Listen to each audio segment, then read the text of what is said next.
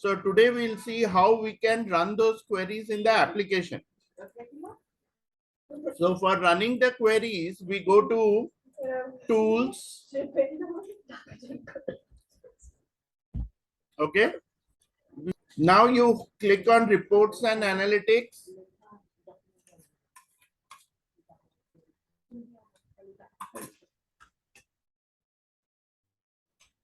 Click on the create report.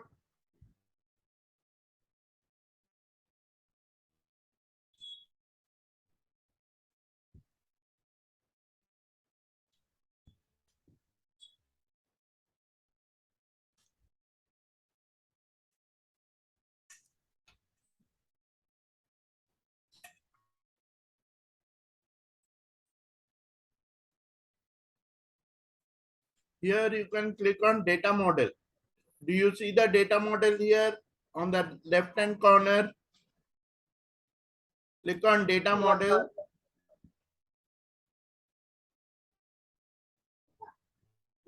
And then this screen will open up where in this diagram tab, you have multiple options.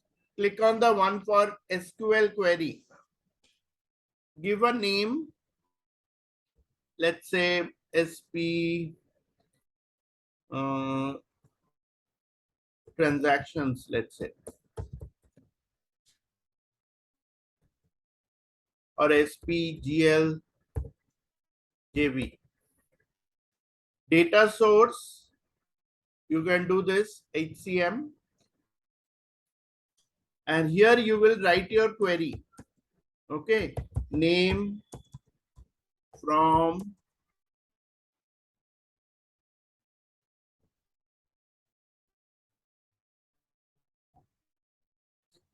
it is better to indent the SQL so that it is easy to read. GL, J batches. Okay, GJB. And then GL, J, GL, J headers.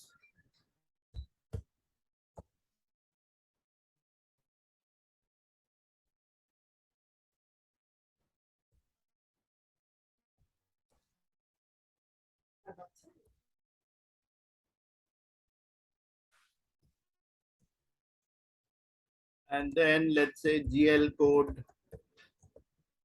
combinations. Okay.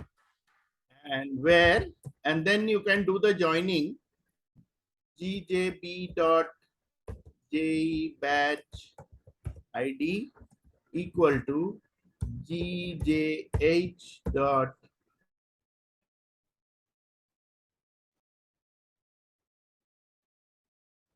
j batch id and gjh dot j batch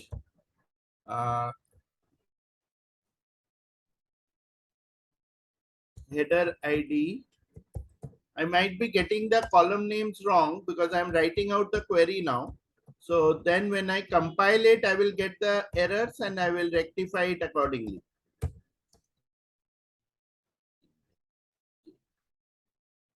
This will be lines. So if I have 4 tables, can you tell me how many joins I should have? I've got 4 tables. So how many joins should I have?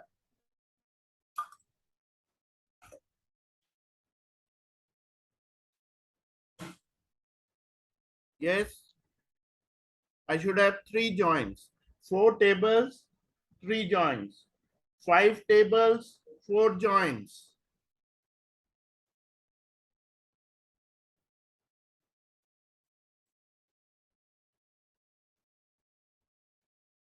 And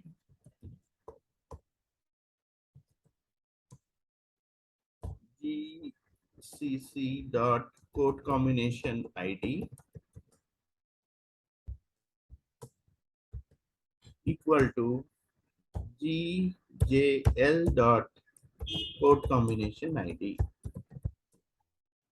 Now, once I compile it, I will know that my tables and the columns are correct. Now, this one ambiguously defined means it is there in both.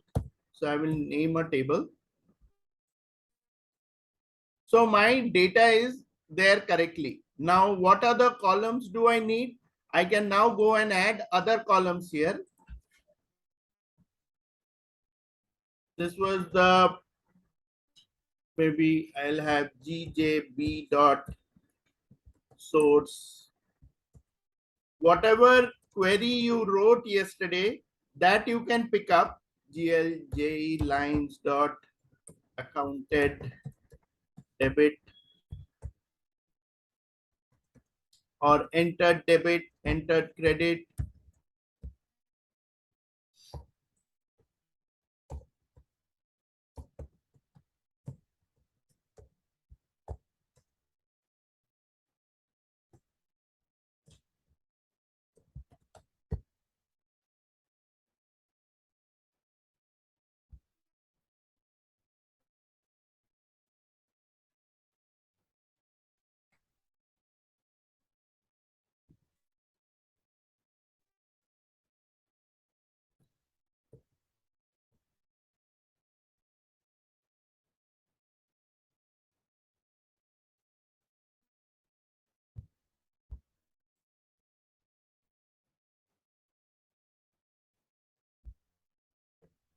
The last one I don't need.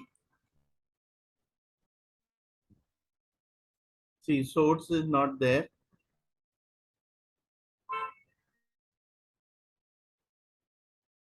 Is it in?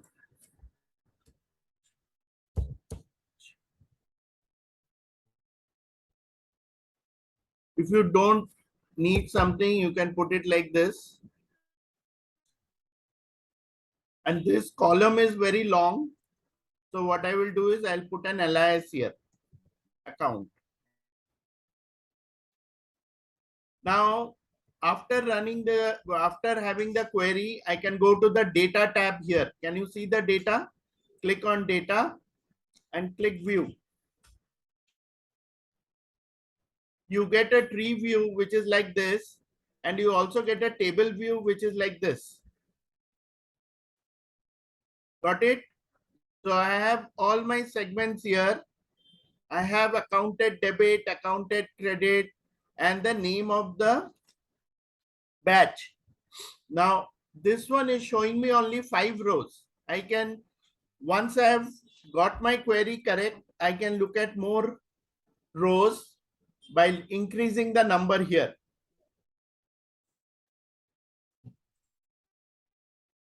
Okay, everybody understood? Now, when you write these queries, one way how you can find what are the other values is, you can add a query like this. Let's say you have this gjb dash. Instead, I will write gjb dot star. So what it will do, it will get me all the columns from the batch table. If I now look at the batch table, I will get all the data here.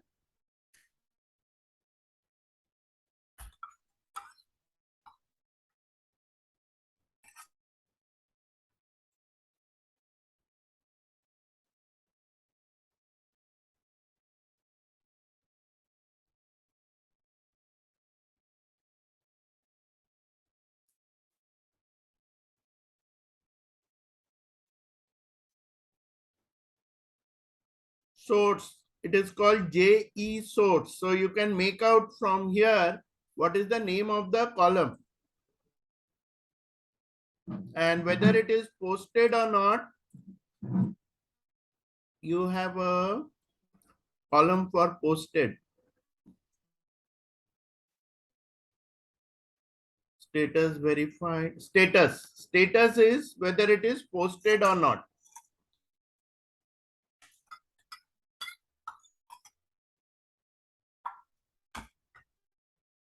So now I can come back here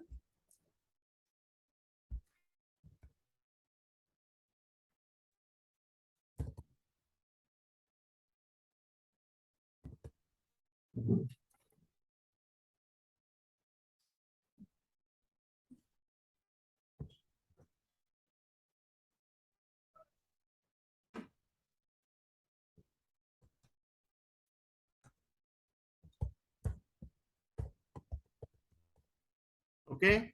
And 2 columns we have added. Now let's see what happens to the data.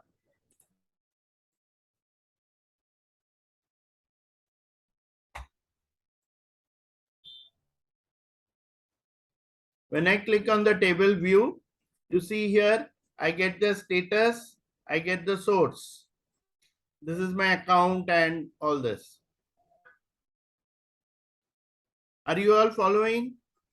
Now, if I want to move them up or down, or when I want to change the order, I can do this. I can change the status. I can push it up. You can do this, but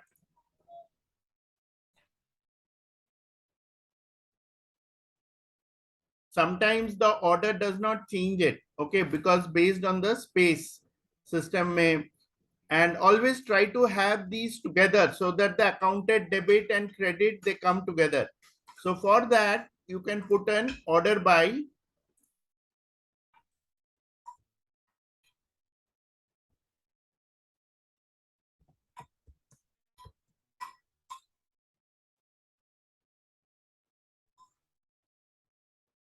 GJP dot batch name basically. In the application, remember debit and credit is together, right? So here also in your report, you should be showing them together.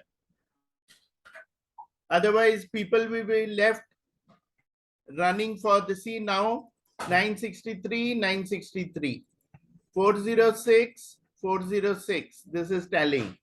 Increase the number of, sometimes more than one line may be there to show the combination.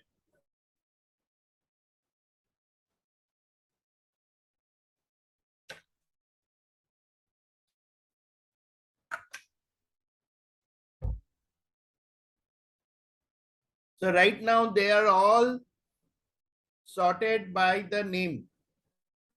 You can do by name, you can do by the, depending on your column within it, you can do by the posting period, you can do it by the amount, you can do it by, so that they are all properly grouped together. Now here only thing is this account code. Anyone, any question on this?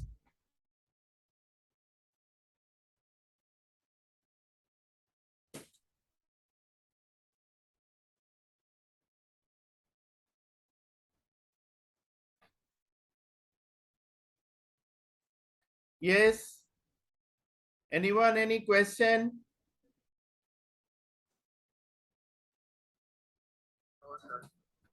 Have you all understood? Shantanu, Sai Kiran, Richa, Siddhi. Yes, sir. Have you understood how to write the queries? Yes, Mispa, Lokesh, Srinjay, probably you already knew. Siddhi, Risha, Yak, Suma, Anshul, Sumana. Yes, sir. Understood? You can write now. Anyone, any question? Okay. Now this was something that I showed you on GL side. Let me share with you something how you can write one on HR side. Okay. Now after you have done this data model, this is called a data model. From Monday, we'll see how to create reports using data model. But before that, you must have your queries ready. Okay, so for that, you have to save your data model. So you can click on this save. Can you see this right hand side here? Click on save.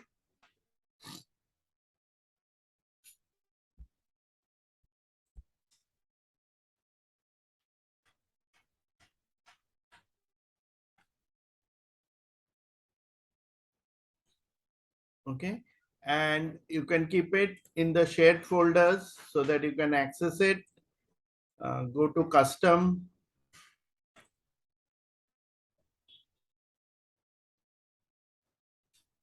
And usually we club them by either you can create your folders here and keep everything here, or you can go under financials and there'll be different things here.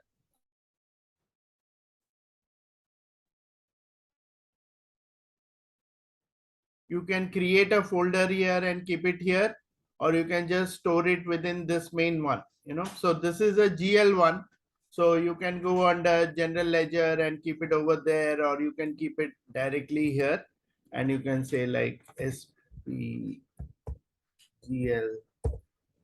JV. Okay, and this will be saved with .dm. Next we'll be able to reuse it if it is there. Okay, probably by Monday all this will get washed out, but right now, and please keep your queries in the notepad. Okay, once you keep it in the notepad, it's easy.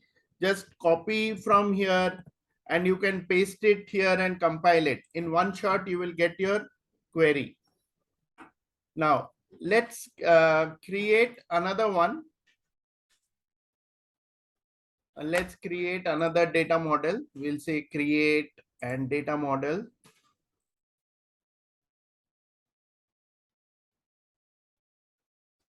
Now this data model we are going to create for HR. So I'll say SP person HR. Now some of you have already created the query for yesterday, which was a good thing.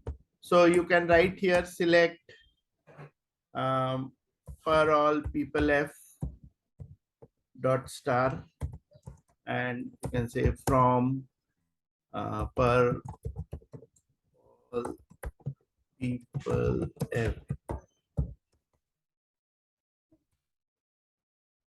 Okay, and for now I'll just add two tables, per person names underscore F. Okay, and let's say I have here person number. IDs is only for joining, remember, not to show in the tables. Per person names F dot person names, full name.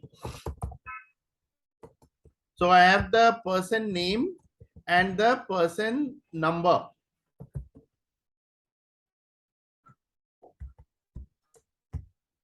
Where PAPF dot person ID is equal to PPNF dot person ID. And I say okay. And then once you look at this data, you can say view. Now you will see one, the person name is getting repeated. Can you see here? Yesterday, you were saying that multiple rows were coming, right? Now, to rectify that, we'll have to look at the table structure and try to identify why that duplicate record is coming. So for that, we will again come here.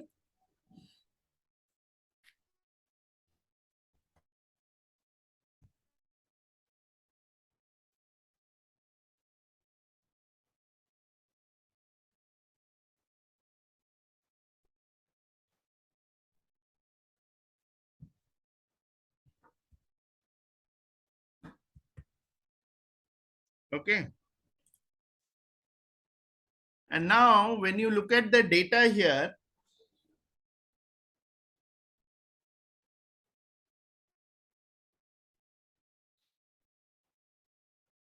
you get person number and person number, and see everything here is getting repeated.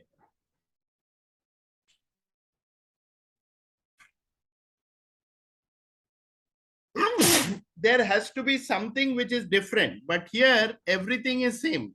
That means the duplicate one is probably not coming from here, but coming from PP NF. And I say okay.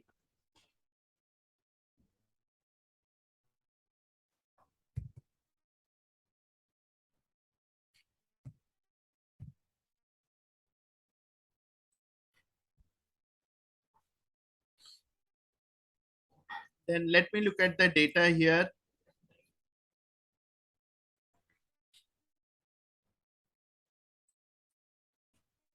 Now looking at the data, let's take one example, Alan Cook. Can you tell me what is different for Alan Cook? Because of which two rows are coming?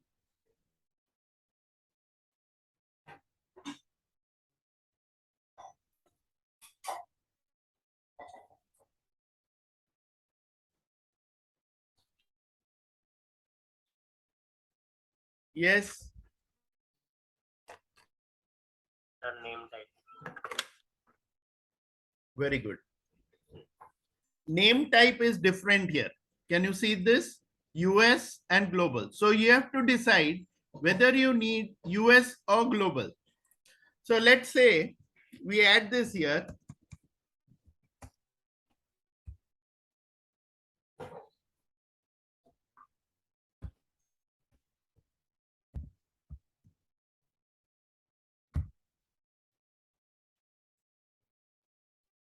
Now let's look at our data.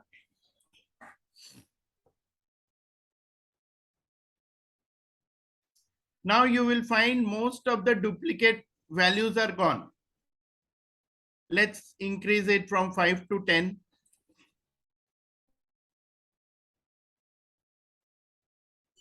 $44. But there is one for Tracy here, which is coming duplicate, right? Let's now increase it to 50 and see if there are any duplicates.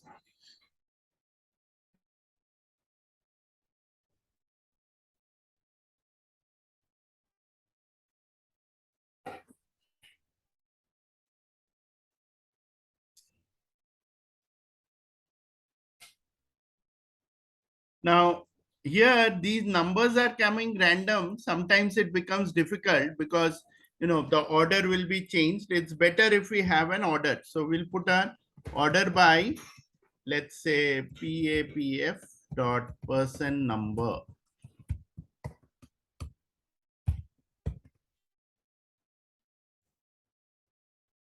And then I put this view.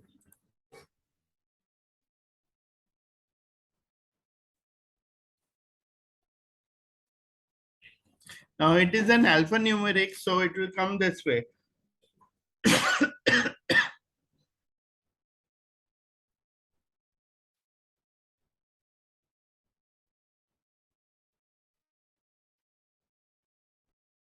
See, 106 is repeated, but they are two different people.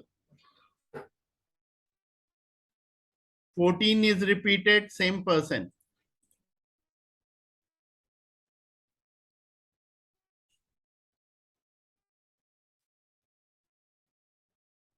Now, when you get this, 1034 is repeated. Now, how we can identify what is different is, we can come here and we can put a condition.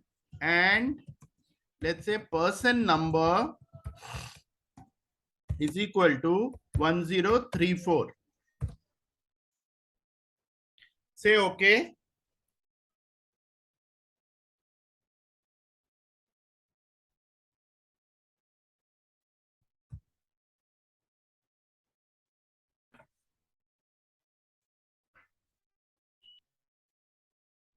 So only one record will come and it will be easier for us to deal with it. Right. Now, in this table, we have already seen whatever was, everything else is now duplicate. Is there anything else which is different? Let's see. These two lines are same. These two lines are also same. Wherever there is data, we have to check whether anything has changed or not. See, everything appears to be same here. So Probably the duplicate one is not coming from this table. Since we have another table, let's check on that. So we will release this and we will put it over here.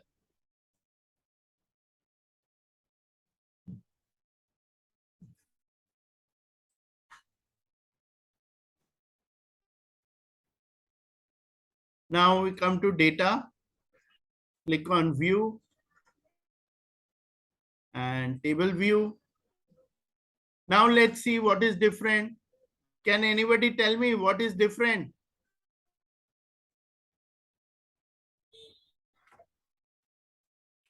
End date. What do you think has happened to the end date?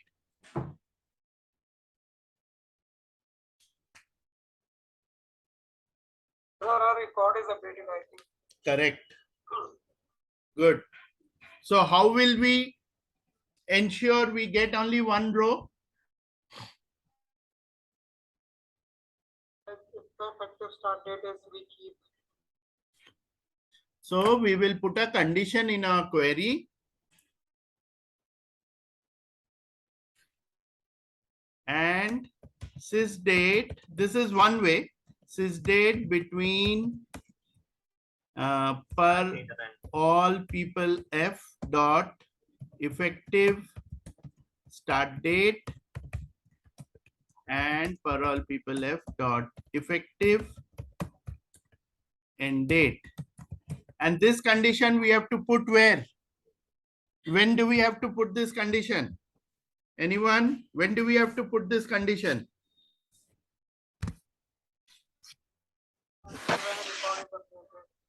Whenever you are accessing a date track table. If the date track table is accessed like underscore f, then you have to run this. Like here there are two date track tables, underscore f, underscore f. Okay. So you must have this condition for both the tables because you don't know which table is going to have this condition, right?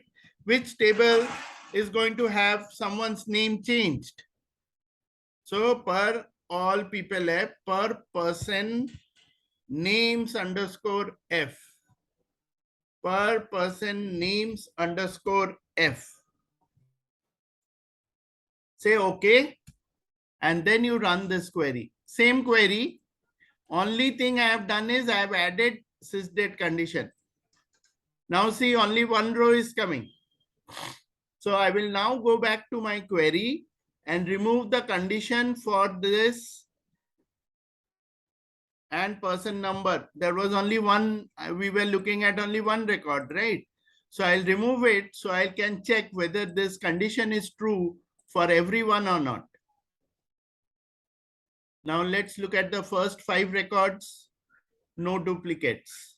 Let's look at second 5 records.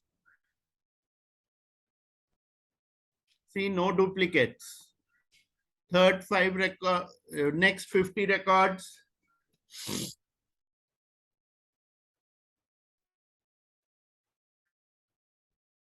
Anything duplicate? You cannot use distinct. Remember, do not use distinct in your queries. Distinct takes a lot of time because it's going to fetch everything and then give you the distinct record, right? So it has to fetch all the records and then do a sorting, which is very, very time consuming.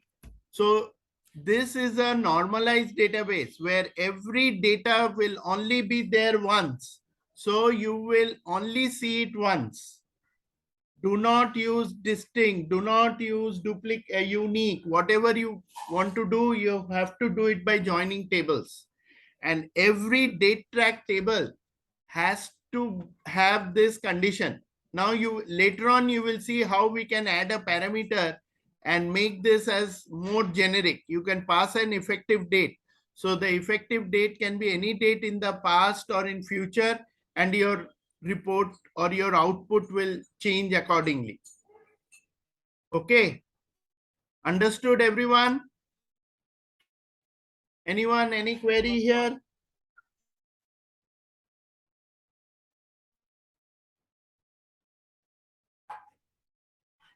Any question, anyone?